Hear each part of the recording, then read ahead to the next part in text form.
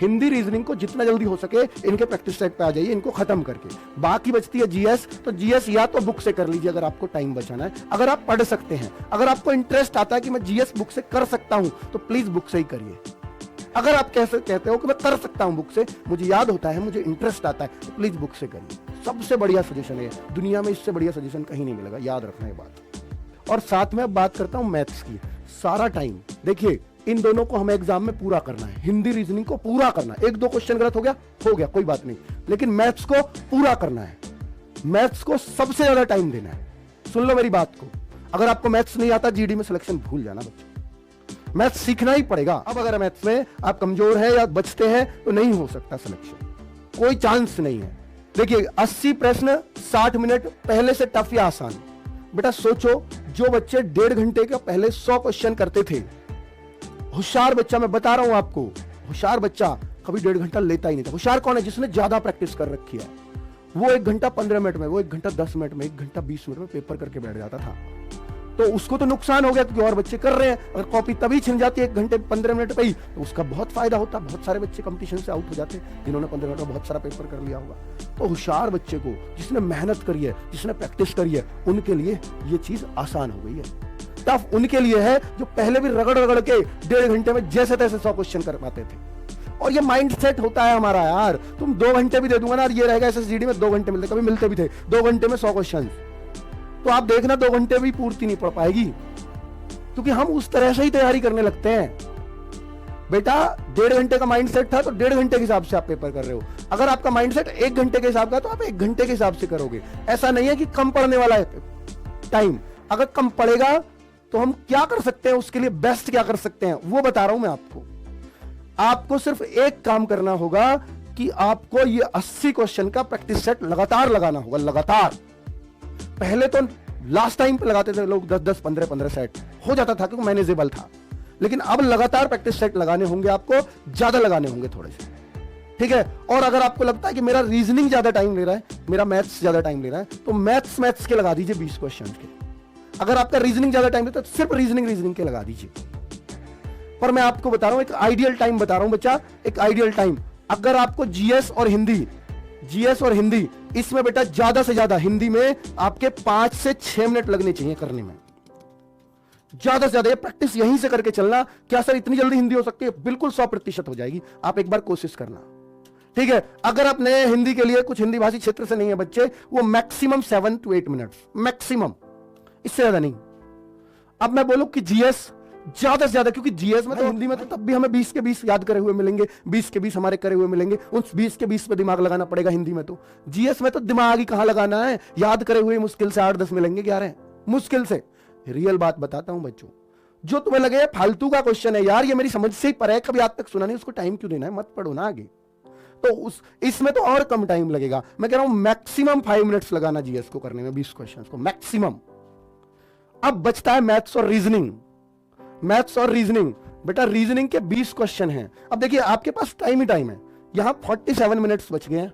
47 minutes अगर मैं 8 5 13 8 भी मान लूं, दोनों को 13 मिनट में भी करा दूं आपसे, तो ये कितना 47 मिनट्स। अब इसको कैसे मैनेज करें 40 क्वेश्चंस के लिए?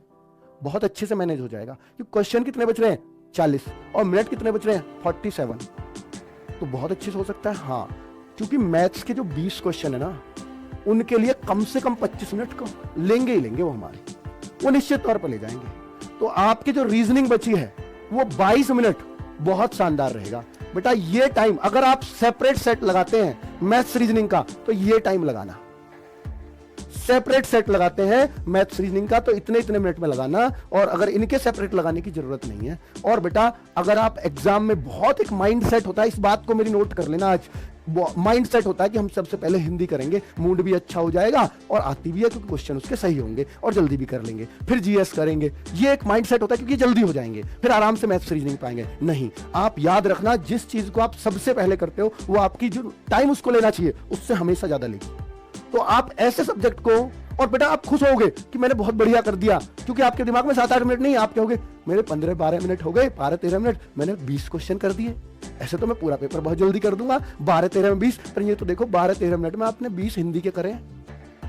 आपको आगे तो नानी याद आ जाएगी, ये नहीं करना है। तो सबसे पहले मैं हमेशा कहता हूं, सबसे पहले एग्जाम में अगर टाइम बचाना है और टाइम मैनेजेबल बहुत मुश्किल हो रहा हो, सबसे पहले रीजनिंग करना, सबसे पहले। तो रीजनिंग का अगर थोड़ा सा भी गड़बड़ा हुआ कि आपको एकदम से घबराहट होगी कि 10-11 के बाद और 10-11 मिनट हो गए, 10-11 ही क्वेश्चन कर पाया हूं, तो थोड़ा और तेज चलोगे। ठीक है, आप कहोगे यार 22-23 मिनट हो गए, मेरे 20 ही क्वेश्चन हुए हैं और मुझे 60 में 80 करने हैं, तो आप फिर इनमें जितना टाइम ये डिजर्व करती है उतने में ही कर दोगे, और ये इससे तुम्हारा पूरा मैनेज हो जाएगा, और लास्ट में आप मैथ्स करना तसल्ली से। लेकिन एक बात याद रखना, मैथ्स करते टाइम या रीजनिंग करते टाइम जो चीजें एक बार में नहीं पकड़ में आ रही हैं उनको सर्किल करना है। यहां सर्किल नहीं कर सकते, ऑनलाइन एग्जाम में रिव्यू करना है, रिव्यू का निशान लगाना, रिव्यू का निशान लगाना, ठीक है, ताकि पूरे पेपर पे घूम पाओ। ये बहुत इंपॉर्टेंट बात होगी। जीडी का बच्चा जो पूरे पेपर पे घूम पाएगा और मीडियम से तैयारी कर ली, वो सिलेक्शन ले जाएगा इस बार, है ना बच्चों। ये बहुत ये हर बार नहीं बताऊंगा मैं, हो सकता है एक बार बस एग्जाम से पहले बात ये बता दूं, रिपीट कर दूं, फिर नहीं बताना कभी क्या मैं रोज यही कहता रहूंगा आपसे, नहीं। इतना टाइम ना मुझे ना आपको ना एसएससी ने दिया है, हमें इतना टाइम तैयारी करेंगे बस। आगे तो 80 क्वेश्चंस हैं, 60 मिनट है, 1/4 की नेगेटिव मार्किंग नॉर्मलाइजेशन हर जगह होता है यार, इससे घबराना नहीं है, ठीक है बेटा। चलिए आगे बात करते हैं, क्या वो 3 चीजें हैं, क्या है वो 3 चीजें जो क्लियर करा सकती है हमारा एग्जाम। बेटा वो 3 चीजें मैं हमेशा एक बात बोलता हूं, एक तो आपकी ऑनलाइन क्लासेस हैं, क्योंकि देखिए ऑफलाइन अगर आप लेते हैं बहुत अच्छी बात है। मैं तो कहता हूं हर स्टूडेंट को जो 12वीं या 10वीं करके आया, सीधा कंपटीशन में दाखना चाहता है, एक बार ऑफलाइन क्लास में जरूर जाना चाहिए। वहां से उसको बहुत कुछ आइडिया हो जाएगा, बहुत सारे सवाल जो मन में होते हैं वो वहां क्लियर हो जाएंगे। लेकिन ऑफलाइन का नुकसान यह है कि वो आप वहां बैठ के 2 से 3 घंटे से ज्यादा पढ़ नहीं सकते, और वो चीज जो आपकी हो सकता है ऑनलाइन में 3 महीने में आपकी क्षमताओं से पूरा करने की, वो वहां 1 साल में ही हो पाएगी। ये थोड़ा नुकसान है, ठीक है, इसलिए लोग ऑनलाइन की तरफ भाग रहे हैं। तो ऑनलाइन क्लासेस सबसे जरूरी है, एक पॉइंट। दूसरा पॉइंट है बेटा बुक्स, और तीसरा पॉइंट है बेटा प्रैक्टिस सेट या मॉक टेस्ट, प्रैक्टिस सेट्स। ये 3 चीजें जो लगाएगा वो सिलेक्शन ले जाएगा, 100% लिखवा के ले लो।